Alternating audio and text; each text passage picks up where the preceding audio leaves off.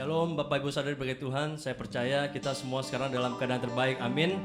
Walaupun keadaan sedang tidak begitu baik memang, tapi kita tetap harus percaya kuasa Tuhan itu nyata buat setiap kita. Dan Tuhan Yesus selalu baik menyertai setiap kita. Mari kita siapkan hati kita untuk ibadah ini. Terima kasih Bapa di surga, kami mengucap syukur untuk keadaan kami yang terbaik. Kami mengucap syukur buat semua yang telah Kau percayakan buat setiap kami saat ini Tuhan. Kami percaya Tuhan hikmat-Mu, penyertaan-Mu selalu sempurna buat setiap kami. Terima kasih Bapa di surga. Terima kasih Bapa di surga. Standing here in your presence, thinking of the good things you have done, waiting here patiently just to hear your still small voice again. Holy, righteous, faithful till the end. Savior, healer, redeemer, and friends, I will worship you for who you are. I will worship you for who you are. I will worship you for who you are, Jesus. Yes. Standing here in your presence, thinking of the good things you have done, waiting here patiently just to hear your still small voice again. Holy, righteous, faithful till the end. Savior, healer, redeemer, and friends, I will worship you for who you are. I will worship you for who you are. I will worship you for who you are. Jesus, we will worship you, Lord. I will worship you for who you are. I will worship you for who you are. I will worship you for who you are, Jesus. You see my soul secure. Your promise sure, yes.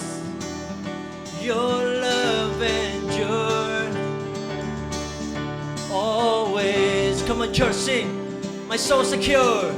My soul secure, yeah. Your promise sure. Your love endure. Your love endure always. Come on, sing. My soul secure. Come on, church. My soul secure. Your love endure. Your promise sure. Always. I will worship you. I will worship you for who you are. I will worship you for who you are. I will worship you for who you are, Jesus. I will worship you for who you are.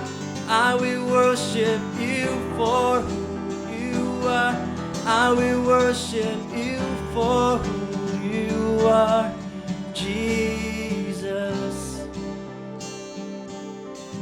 I will worship you for who you are. I will worship you for who you are. I will worship you for who you are, Jesus. Oh, worship you, Lord. We worship you, God. Praise your name. We praise your name always.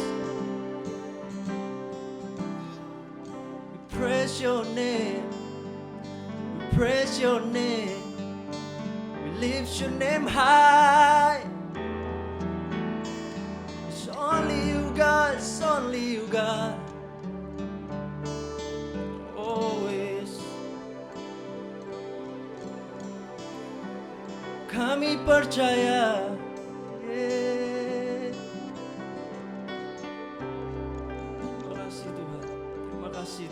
Terima kasih Tuhan Yesus. Kami percaya Engkau yang hanya bisa kuatkan kami Tuhan. Kami percaya hanya Engkau yang bisa kuatkan kami.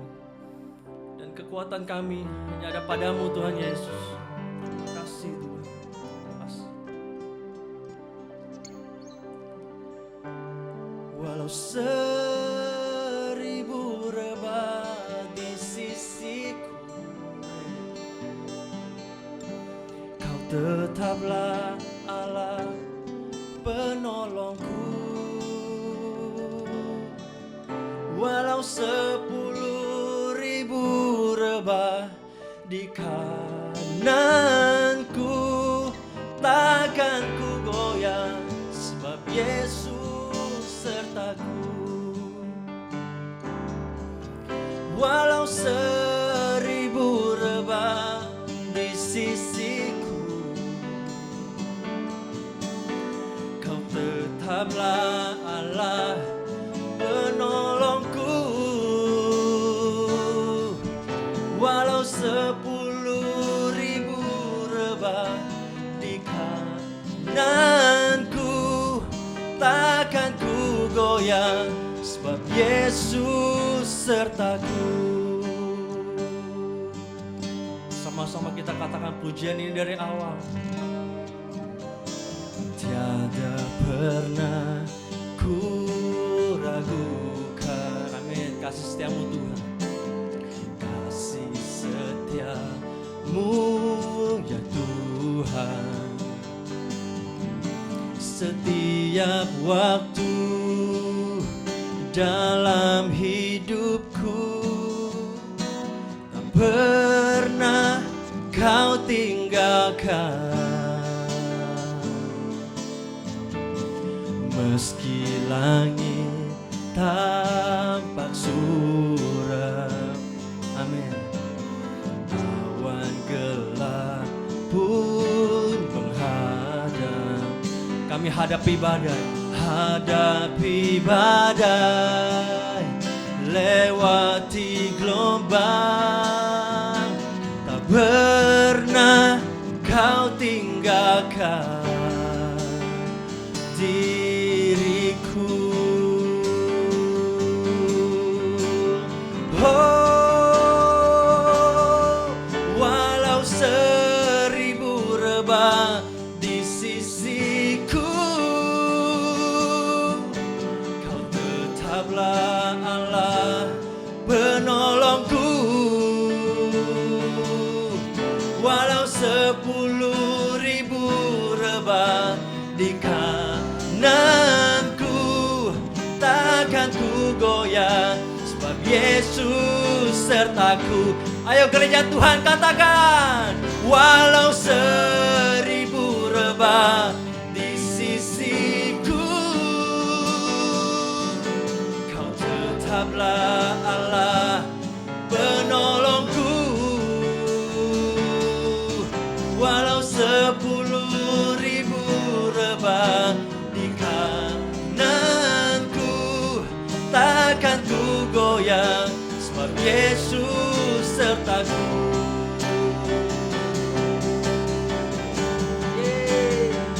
Kau yang selalu menyertai setiap kami, hanya Kau yang selalu menyertai kami. Amin. Oh, walau 1000 rebah di sisiku,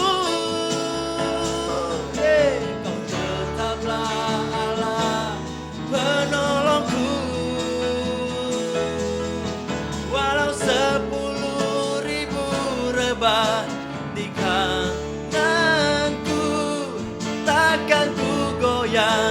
sebab Yesus sertaku.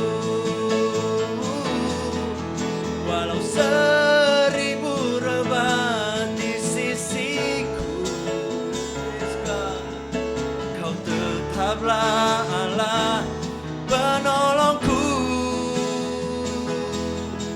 Walau 10.000 rebah di kananku, takkan ku goyah, sebab Yesus sertaku. Takkan ku goyah, sebab Yesus sertaku.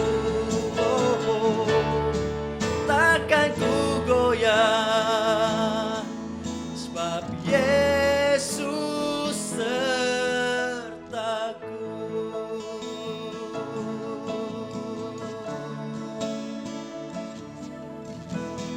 Kami percaya Kau selalu menyertai setiap kami.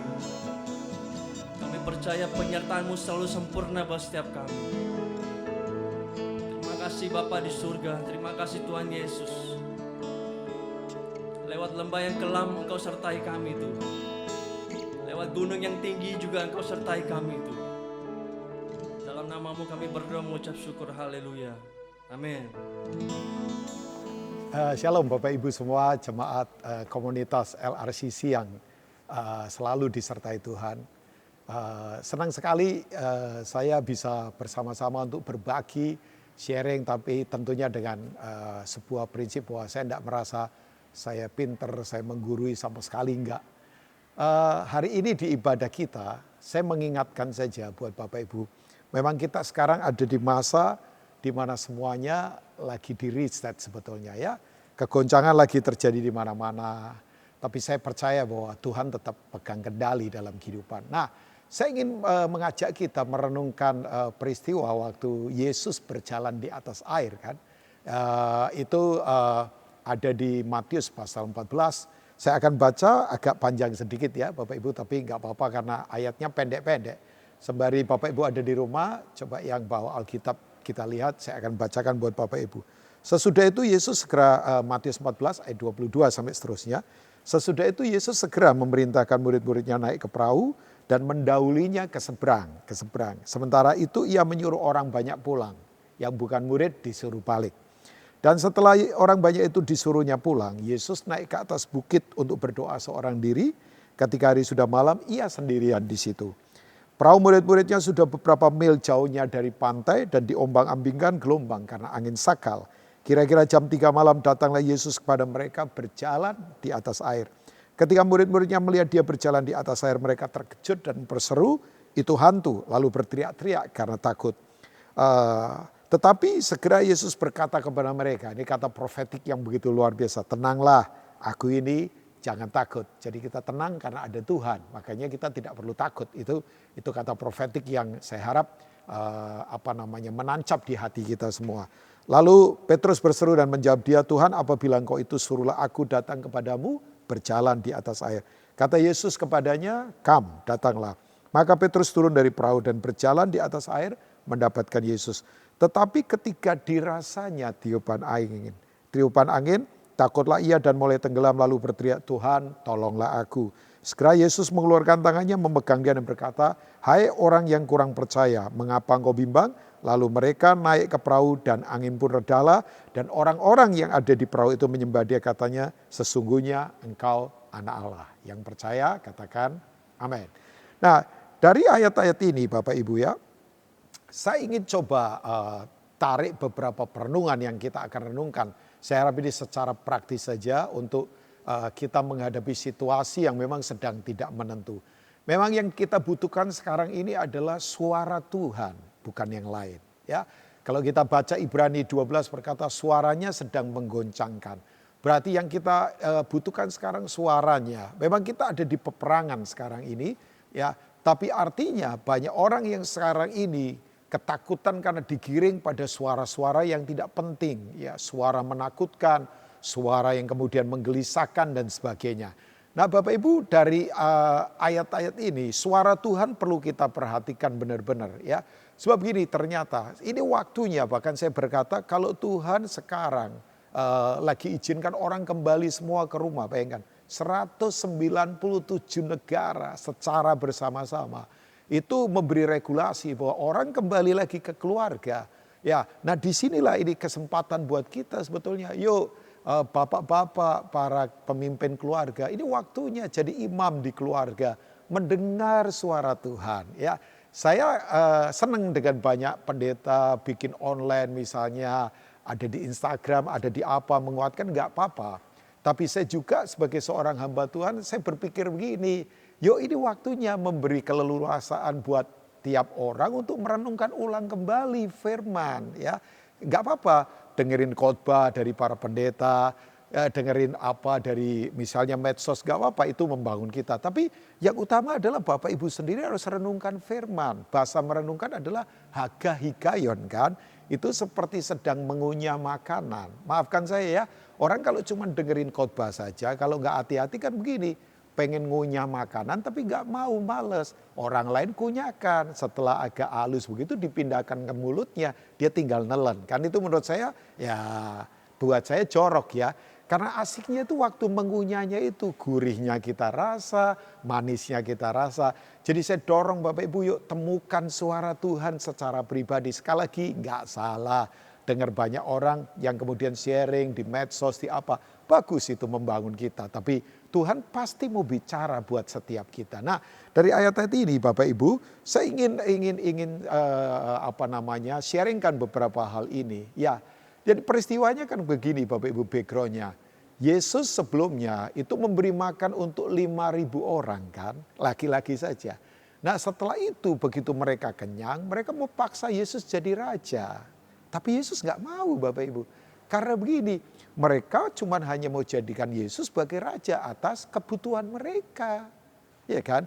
Berapa banyak kita kalau jujur termasuk saya, bahwa kadang-kadang kita jadikan dia raja hanya untuk memenuhi kebutuhan kita kan Bapak Ibu ya. Nah Yesus tidak mau dengan konsep begitu. Karena itu adalah sistem kosmos, itu sistem dunia kan. Keinginan lah, pemenuhan kebutuhan teruslah, fokus pada egoisme dan sebagainya. Dan yang luar biasa begini Bapak Ibu semua, ini prinsip yang pertama. Yesus tuh taruh murid-muridnya di tempat aman yang sesungguhnya, tapi di tengah danau. Aneh kan?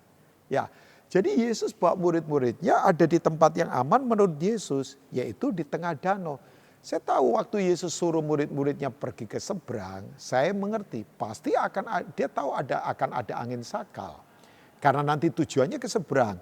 Jadi setan mau halang-halangi. Nanti di peristiwa lain di Markus 4, itu angin begitu luar biasa. Nah di dalam angin itu saya yakin ada pribadi kegelapan itu.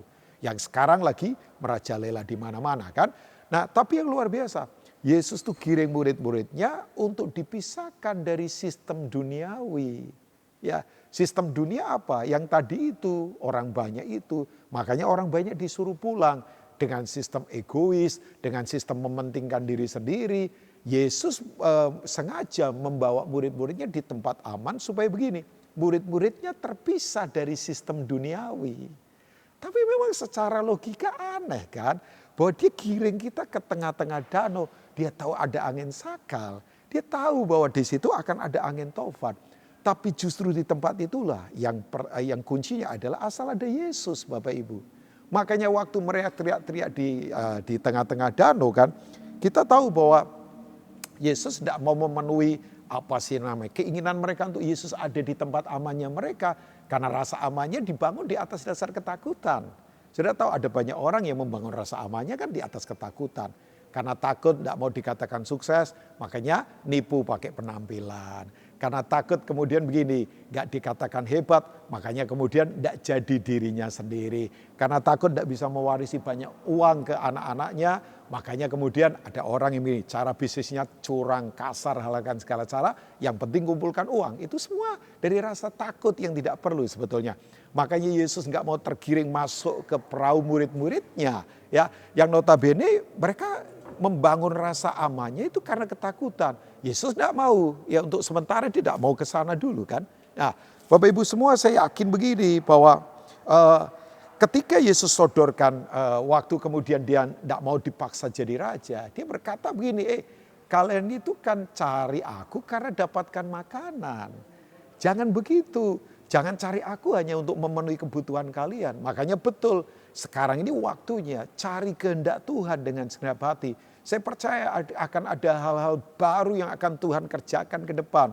Saya tadi sempat ngobrol sama Pastor Abeng. Saya berkata bahwa ini ke depan gereja akan menemukan new management. Strategi-strategi baru dalam bisnis untuk jadi berkat. Karena Tuhan sedang membuat sesuatu yang baru memang. Dia lagi giring kepada kita dipisahkan dari pola dunia tadi, yang egoisme dan sebagainya. Ya, jadi begini Bapak Ibu, ketika Yesus berkata, kamu kan cari aku karena makanan, jangan cari begitu. Ya, kemudian dia berkata begini, makanan sesungguhnya itu tubuhku, minuman sesungguhnya itu darahku. Mereka marah kan, masa kami harus makan tubuh dan darahnya, kan kanibal sekali. Padahal Yesus sedang menyodorkan sebuah gaya hidup begini, jangan gaya hidup egois. Gaya hidup mesti memberi dalam kehidupan. Gaya hidup mesti berbagi dalam kehidupan. Nah kembali lagi Bapak Ibu ya. Jadi kalau sekarang ini Bapak Ibu berkata begini, rasa gak nyaman sekarang.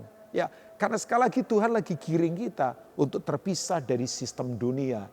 Sistem keinginan, sistem apalagi kebutuhan sendiri, egoisme. Ini yang membuat semuanya jadi kacau dalam kehidupan. Ya, gak apa-apa, kita memang ada di perahu digoncang. Bapak Ibu kalau mundur ke belakang ke kitab Kejadian, masih ingat gak? Waktu air bah diizinkan terjadi. Nuh ada di dalam bahtera. Ya, saya ingatkan bahtera itu bicara tentang kehidupan. Bahtera saudara, mungkin ini bisnis saudara kah? Mungkin rumah tangga saudara kah? Tapi yang luar biasa begini, yang saya kagum, kenapa bahtera Nuh? Jendelanya tidak ada di kiri kanan, tapi di atas. Pernah berpikir gak Bapak Ibu ya? Saya yakin kalau jendelanya di kiri kanan, Nuh bisa ketakutan karena melihat badai, melihat goncangan. Tapi begini, Tuhan suruh dia bikin jendelanya ada di atas. Tuhan lagi ngomong begini, udah pandang aku saja, jangan pandang sekeliling kita. Makanya tadi kata-kata profetik, Yesus berkata begini, tenang aku ini, jangan takut. Jadi karena ada Tuhanlah kita bisa tenang. Dan kemudian kita tidak takut. Itu alasannya bukan yang lain. Ya, nah jadi kembali lagi, mari kita berpikir ulang lagi. Saya yakin begini, Tuhan akan bikin hal-hal baru ke depan. Ya, Bapak Ibu gak usah takut. Saya tahu memang kalau dengar saja atau berteori gak gampang. Tapi alami Tuhan. Ya, keleluasaan dia bisa bekerja dalam hidup kita. Jangan lupa, salah satu nama Tuhan adalah Dia Adonai. Dia adalah the Lord of our management. Dia adalah Tuhan atas manajemen hidup kita. Makanya tadi saya katakan akan ada manajemen baru ke depan ini.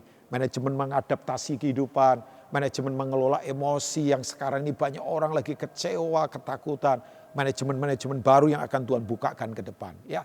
Nah yang kedua Bapak Ibu, dari peristiwa ini ya saya ingin sodorkan perenungan yang kedua.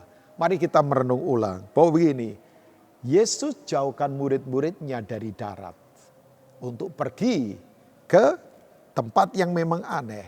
Tapi yang luar biasa ada dia di sana. Yang saya tahu begini, bahwa sekarang ini orang lagi dijauhkan semua pengharapannya dari darat.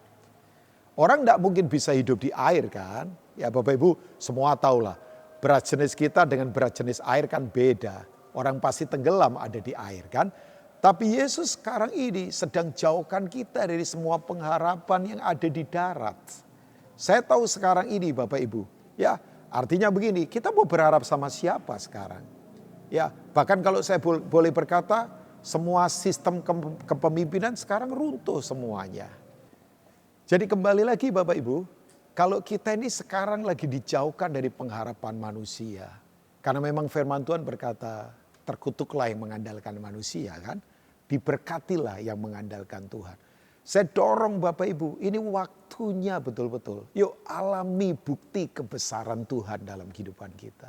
Ya, kitab Mazmur berkata begini, kecaplah dan lihatlah. Taste and see.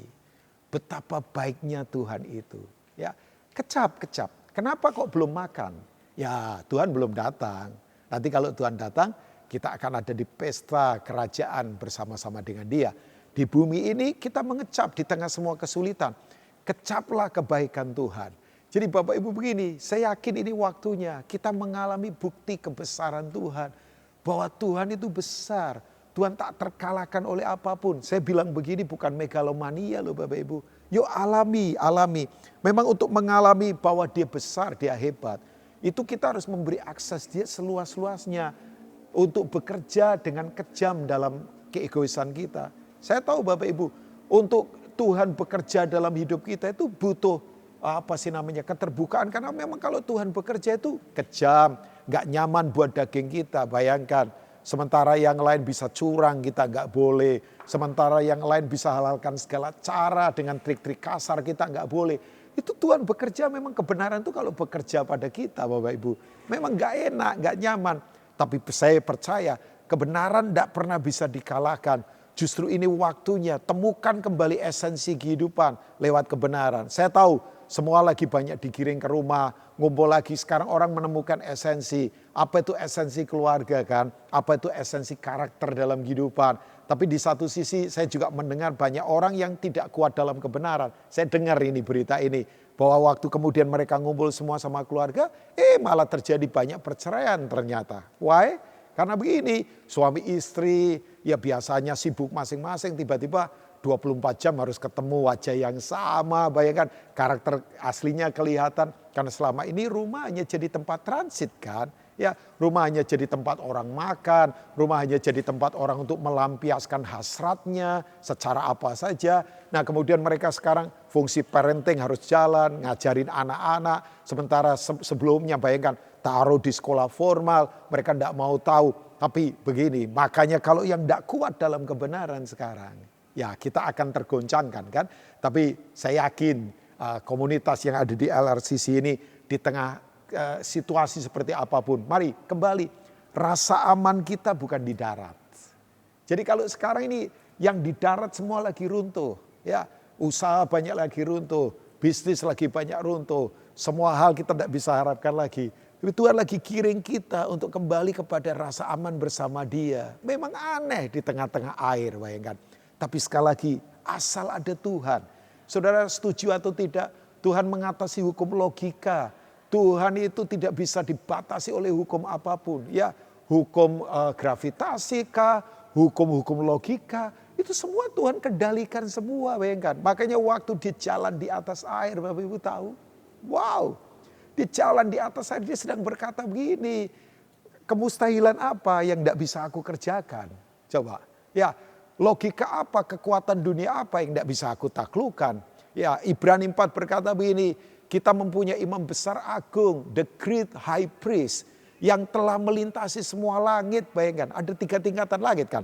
Langit kita, langit penguasa kegelapan yang kedua, Efesus 2, langit surga. Bayangkan, dia lintasi semuanya.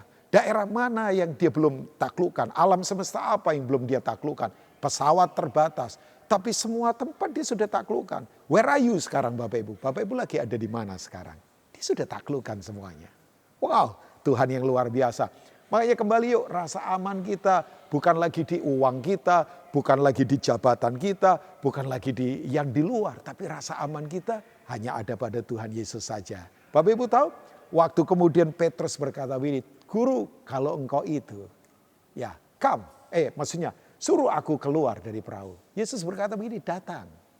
Ya, dan Bapak Ibu saya ingatkan loh, Petrus sempat jalan di atas air. Dia mengalami bukti kebesaran Tuhan. Walaupun kemudian dia tenggelam karena begini. Dia mulai merasa-rasa tiupan angin. Padahal begini, semua rasa itu. Ya, saya yakin gitu. Kalau mungkin di gambar-gambar Yesus sepertinya, saya nggak terlalu tahu gimana, rambutnya panjang. Pasti juga rambutnya terburai kemana-mana. Semua mengalami angin, tapi waktu merasa-rasa. Makanya kalau pakai perasaan di luar prinsip firman, kita gampang goyah Bapak Ibu. Dia mulai tenggelam, tapi bersyukur Tuhan kita tidak pernah terlambat menolong. Waktu dia berkata, Guru tolonglah aku. Tuhan langsung angkat dia kembali kan Bapak Ibu ya. Nah begini, mari alami bukti kebesaran Tuhan. Petrus alami bukti kebesaran Tuhan. Makanya betul Bapak Ibu, dalam perjalanan kehidupannya, apalagi setelah peristiwa Pantekosta, kita tahu Petrus jadi murid yang berbeda. Bapak Ibu tahu, waktu kemudian ditekan oleh kelompok Sanhedrin, setelah dia menyembuhkan orang, masih didoakan dan orang itu sembuh karena roh Tuhan di gerbang bait Allah. Kelompok Sanhedrin 72 orang ahli-ahli agama tekan dia. Ya, suruh mereka diam. Bayangkan Kisah Rasul pasal 4 ayat 18 dan seterusnya. Petrus berkata begini, gak mungkin kami tidak takut akan Allah. Coba putuskan, kami harus takut Tuhan atau takut sama manusia? Gak mungkin. Karena kami melihat, kami mengalami bahwa Tuhan itu besar. Jadi kalau orang mengalami bukti kebesaran Tuhan, akan berbeda dalam kehidupan. Nah Bapak Ibu, yang kedua saya ingatkan lagi, Yesus jauhkan kita dari darat. Supaya pengharapan kita tidak di darat. Tapi pengharapan dan rasa aman kita hanya ada pada Tuhan Yesus saja. Nah, yang ketiga saya akan selesai ya dengan perenungan kita. Yang ketiga adalah begini. Jangan hanya berhenti pada perahu dibuat stabil. Kemudian apa? Gelombang diteduhkan, angin sakal ditengking. Sekali lagi di dalam angin itu ada pribadi setan sebetulnya yang coba menghalangi. Karena mereka disuruh Tuhan berlayar untuk kemana Bapak Ibu? Seberang. My question, di seberang ada siapa? Konglomerat kah? Pejabat hebat kah? Enggak. Di seberang banyak orang sakit. Saya tantang hari ini juga untuk diri saya. Di tengah situasi seperti ini waktunya gereja mesti berani ke seberang.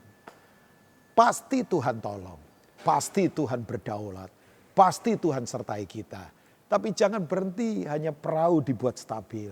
Jangan berhenti hanya badai diteduhkan. Ada tujuan loh Bapak Ibu, yaitu ke seberang. Di seberang banyak orang yang perlu ditolong. Bapak Ibu kalau baca kejadian lain di Markus pasal 4. Kita tahu kan Bapak Ibu, waktu Yesus suruh murid-muridnya ke seberang juga, apa yang terjadi? Perahu mereka dihantam angin sakal. Yesus tertidur di buritan. Bayangkan, itu menurut saya begini, tidur kualitas nomor 1. Saya tahu di tengah masalah seperti ini, banyak orang sulit tidur sekarang ini. Ya, padahal tidur itu berkat Tuhan. Amsal 4 berkata, kamu berbaring dan tidak akan terkejut. Kamu berbaring dan kamu akan tidur nyenyak. Saya yakin waktu kita tidur nyenyak, semua yang ada di tubuh kita di-refresh kembali. Ya, Tuhan menjamah kita untuk segar kembali. Tapi begini sekali lagi Bapak Ibu, bahwa begini, kenapa perlu ditengking itu angin? Karena sekali lagi ada kekuatan gelap di sana. Tapi jangan berhenti pada titik itu. Tujuannya ke seberang. Nah, kalau Bapak Ibu baca Matius 14 tadi di ayat setelah itu, which is ayat-ayat 34 dan sebagainya, di seberang di Genesaret ada banyak orang sakit. Tapi juga di situ bayangkan, kalau kita baca Markus 4 di Gerasa, ada orang yang sakit kerasukan setan, namanya Legion. Nah orang berkata Legion 2000 setan, tapi ternyata ada penafsir saya terkejut. Seorang teolog yang pengajarannya firm di kebenaran. Dia berkata itu jumlahnya 6.000 sampai 7.000 setan bayangkan.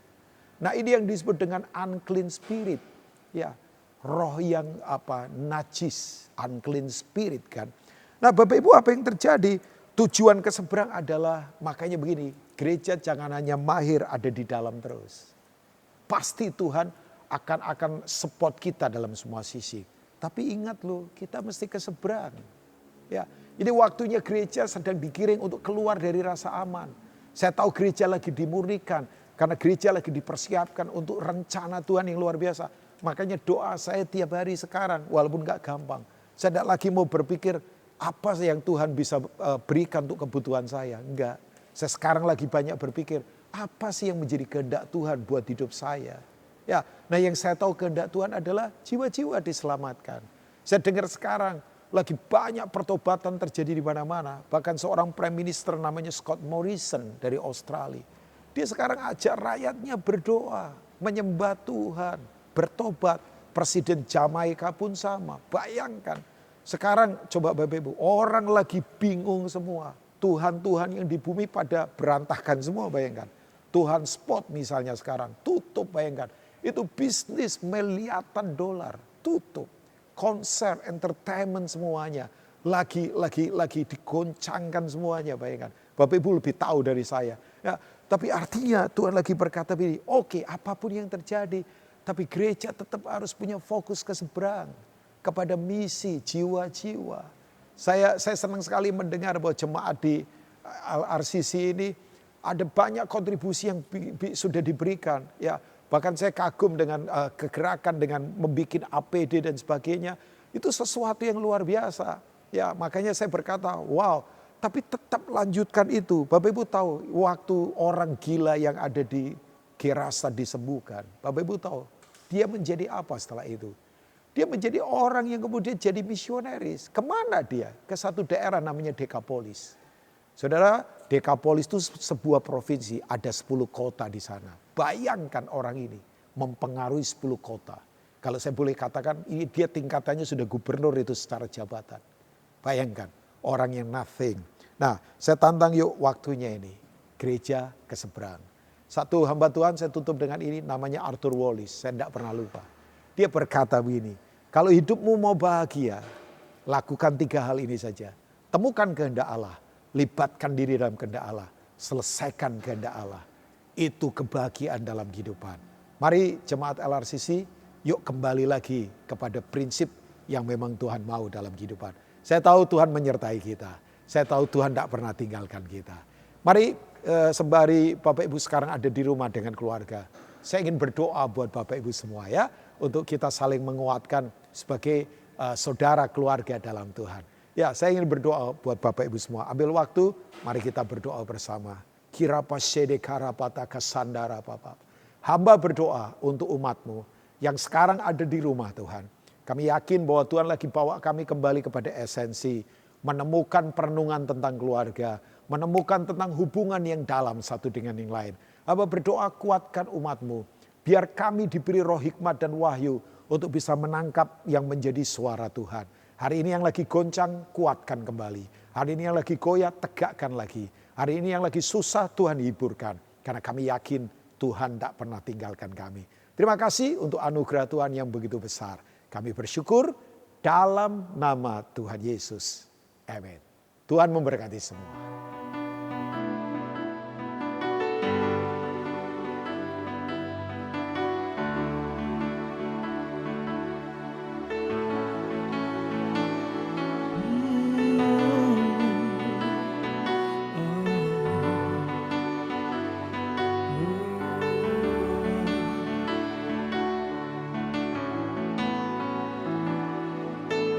Every day I see blind men walking down the street. Don't know what to do. Just looking for the answer. How long they have to wait when there is nobody out there. Now it's the time to wake up. With one voice together we say